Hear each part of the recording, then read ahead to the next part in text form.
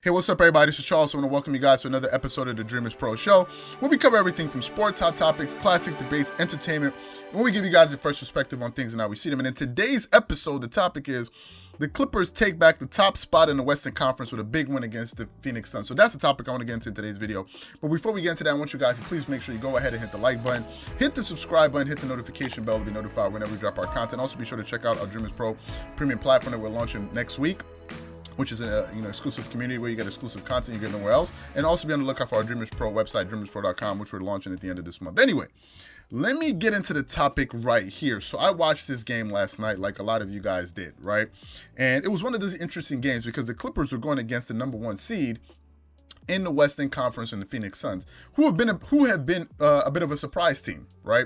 No one kind of pegged them to be the number one seed in the Western Conference this early in the NBA season. And granted, it is early, but nevertheless, there's still a lot of good teams out west, like the Clippers, Lakers, Nuggets, and all these other teams. So for them to have the number one seed in the Western Conference is pretty impressive. Nevertheless, I mean, somebody has to have that spot, and whoever does have it, you have to give them credit for being there, because if it was easy, anybody can be there. And it seems like the Phoenix Suns have been there trading that spot between them and the Clippers so far this season. So kudos to them. But I think all of this originated from their performance that they had in their Orlando bubble, was it last season?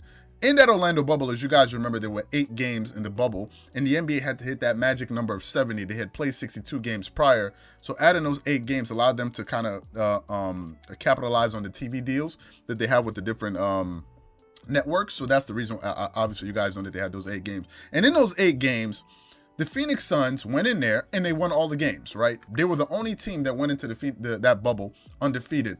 The New Orleans Pelicans were just like a joke, and they had Zion Williamson, they had Brandon Ingram, I think they had Lonzo Ball, and these guys just went in there and stunk up the joint. And the Phoenix Suns went out there and won those without Chris Paul. And I think it brought their head coach, Monty Williams, to tears at the end of it, because I think it was just so proud of the fight and the concentration that the team had to go in there and win. Now, they didn't make the playoffs, obviously, but for them to go out there in a completely novel circumstance and win those games was pretty impressive, and win all 8 of those games was pretty impressive, which speaks to their discipline, their focus to understand why they were there, and they executed their job. Now, they didn't make it to the playoffs, but nevertheless, they put up a good fight. And so I think that carried over into the regular season. And one of the commentators calling the game last night made a very good point. He said that just like it's sticking in the back of the mind of the Clippers how they lost in the playoffs, and it's motivating them, he said it's the same thing that's sticking in the back of the minds of the Phoenix Suns, saying to themselves that they remember the performance that they put forward in that Orlando bubble, and they were able to go out there and win those 8 games. They believe that they're much better than a lot of people think that they are, and that's the kind of confidence that's kind of percolating in the back of their minds. So he believes that's kind of that catapulted them into this season, and that's the reason why they're off to such a hot start. So going into this game, I think the Phoenix Suns were ready to make some noise, because if they beat the Clippers, then I mean they would definitely deserve to have the top spot, right? And going into that game, the Clippers needed to beat this team because they had just come off a loss to the Jazz. It wasn't a bad loss. They only lost by 6 points, but they needed to come out there and win this game. Now, going into that game, I made some predictions yesterday, and I made 2 key predictions in 2 separate episodes. One of them, I said that Paul George needed to outplay Devin Booker. He needed to win that matchup, and he did so in a resounding fashion, which I'm sure a lot of you guys know. And I believe that the Clippers are going to beat the Phoenix Suns yesterday. That was one of my predictions. And that's what I felt going into that game, although I didn't give a point differential like some people did. Some people are pretty good at it. Some people can predict, wins or losses by 8, 6, 7, whatever points. But I don't usually do that because I don't know how those things are going to shake out. I don't work in Las Vegas, so I'm not an odds maker. So I don't feel like my predictions need to go that far. Now, going into that game, the Clippers had already beaten some pretty good teams. They had a very tough schedule starting the season. They had already beat the Lakers. They already beat the Nuggets. They already beat the Blazers. But they lost to the Mavs, right? They lost to the Mavs, and they lost to they lost to the Mavs, and they lost to the Jazz. But they also beat the Minnesota Timberwolves. So going into that game, one of the things I was looking for was to see how PG would come out. And PG was just, once he got hot, there was pretty much nothing anyone on that team could do with him. And once he got rolling, I think he had like 22 I think he had about 22 points in the first half. And on the other hand, for Kawhi Leonard was having a terrible shooting game. I think he shot something like 4 of 20 from the floor. And at certain points, I don't know if it was his mask that was bothering him, because in the beginning of the game, I saw him without his mask. And I'm like, okay, he doesn't need it anymore. Then a few minutes later, I think the coaching staff and the medical staff of the Los Angeles Clippers told him, no, you have to wear the mask, right? And then a few minutes later, he was wearing the mask. I don't know if it was the mask that was bothering him, but he put up some pretty solid performances in prior games with the mask, so I don't know what it was. But it looked like he was in his head a lot. He clunked 2 free throws or missed 4 free throws. A lot of them were short. So it was pretty weird to see the type of performance he was having, and none of his shots were going in. I mean, he shot a horrible field goal percentage, and Kawhi Leonard is usually a 49 to 50% field goal shooter generally in his career, right? Last 2 years ago in the playoffs, for the entire Toronto Raptors run, he shot 49% from the field for the entirety of the playoffs, including the finals. So he's a very, very, very, very efficient scorer, but he had a very poor shooting night. Devin Booker, on the other hand, seemed to be playing within the flow of the offense. He wasn't seeming like he wanted to force anything in that first and second quarter. Chris Paul, early on in the game, was kind of getting to his shots and showing you why he was Chris Paul.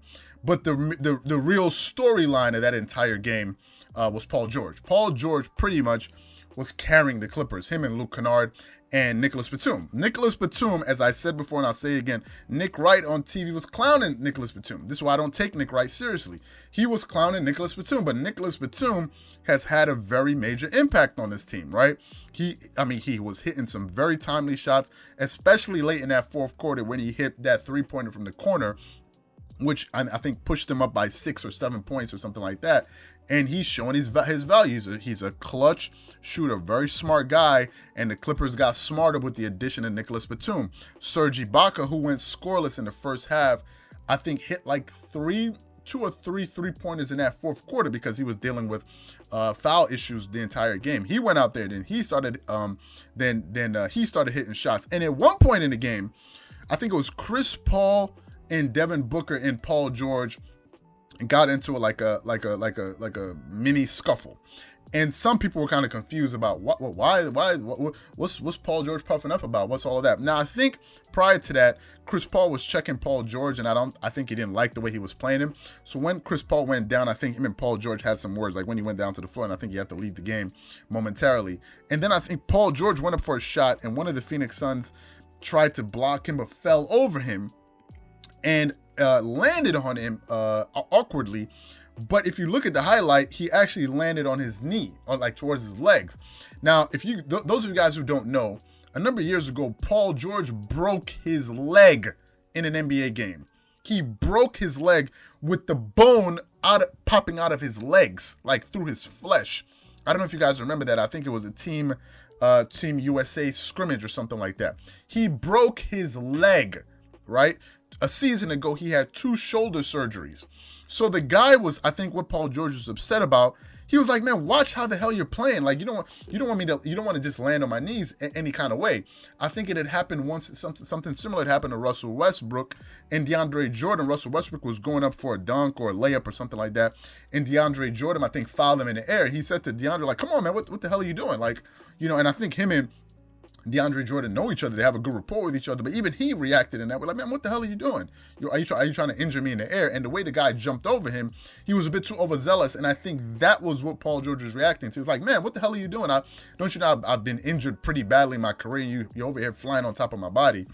And Devin Booker, I don't know what his thing was. Maybe he was saying, why are you talking to my teammate like this? I think that was his whole issue in that little scuffle. And then I think they went back and forth. But Devin Booker usually finds himself in a lot of scuffles. Anyway, at the fourth quarter, the Suns started to make a run, but every run that they made, the Clippers answered, right? And it was usually a Paul George or Serge Ibaka or one of these guys. Kawhi Leonard had a horrible shooting night. Now, some people will say, well, they lost and Kawhi Leonard played bad. Thank God you have 2 superstars.